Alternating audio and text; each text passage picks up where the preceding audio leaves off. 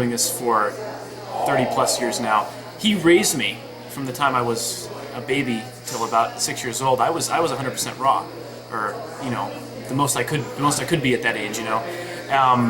Because when I went to school, that's when I kind of fell off the wagon, and I started eating processed foods, that kids had. Peer pressure. I gave into peer pressure, and because of that, I started liking all of the foods that were not good for me. I started indulging myself in those because, wow, cheese, bread, pasta, I never had those growing up. So I was like, well, I've had healthy food then, I can make up my unhealthy food now. But that's not how it works. You gotta really be committed to the raw food diet. And when I was 14 years old, I remember I was overweight at the time. I was close to 200 pounds, and I had really bad acne. It became an issue of appearance, and that was one thing I was strongly about. And I remember looking in the mirror.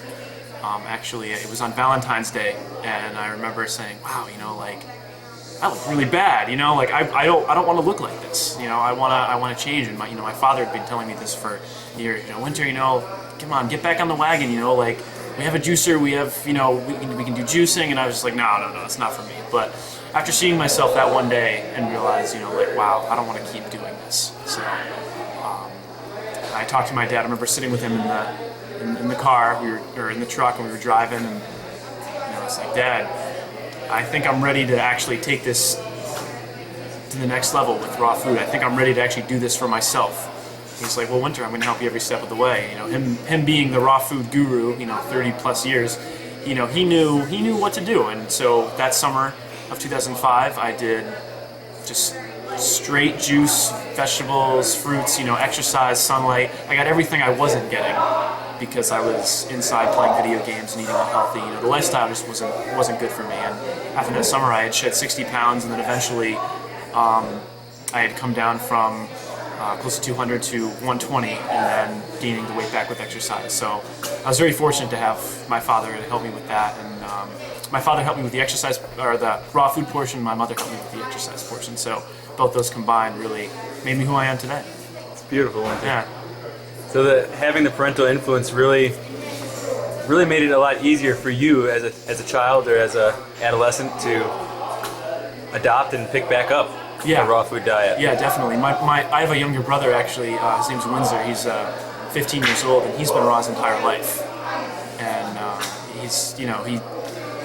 my father has raised quite some amazing kids. I have a sister as well, and he all raised us with the idea that raw food is what's going to fuel your body.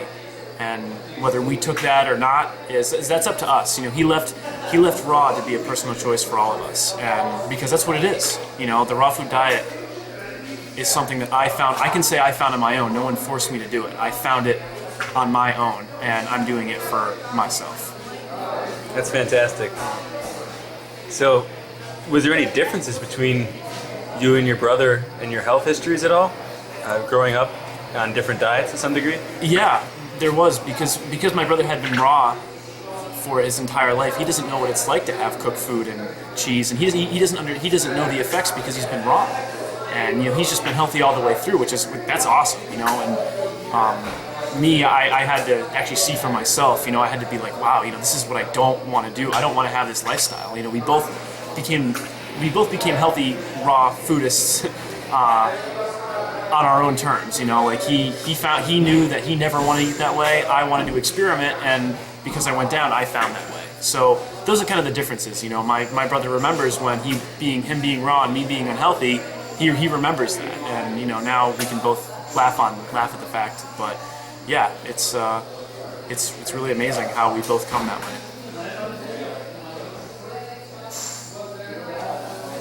How is it? So you made this change at age 14. Mm-hmm. It's still a time of almost even more increased peer pressure. Mm-hmm. Were you in high school, or did you go homeschooling? I was in high school. Yeah. How was the peer pressure, and how did you handle it at that stage? Well, at that point, I was really interested in my appearance, so I didn't care about any peer pressure possible. I pretty much switched to being raw because I was going to a new school, because I wanted to kind of start over. I wanted to be like, wow, this is what I don't want to be. Now I have a chance to start over and be who I really want to be, and raw food is going to help me do that. I never noticed any peer pressure because I was proud of it. My dad always told me, Wynter, how you carry yourself is how people are going to think of you. And as long as you're proud of raw food and the way you're eating, no one's going to give you a hard time. You know, like people may come up to you and say, "Oh, what's that you're eating? Is that just carrots and bananas or salad, whatever?"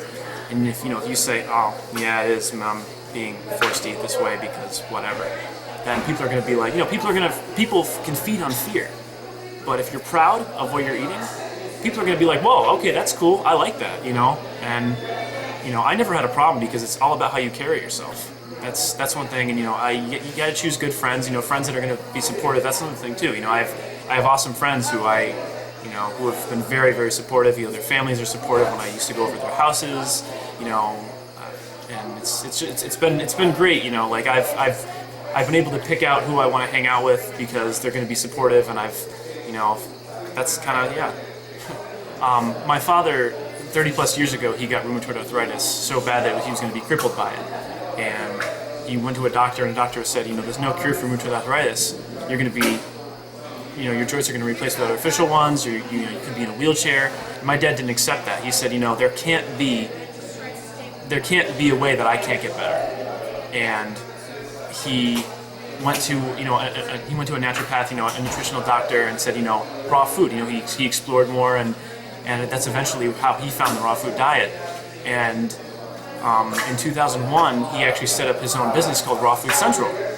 And he teaches classes about the benefits of eating raw food. It's a 9-week course. We cover things like fruit, vegetables, meal preparation, sunlight, like air, all these factors that to fully encompass a raw food lifestyle. And that's what the classes are all about.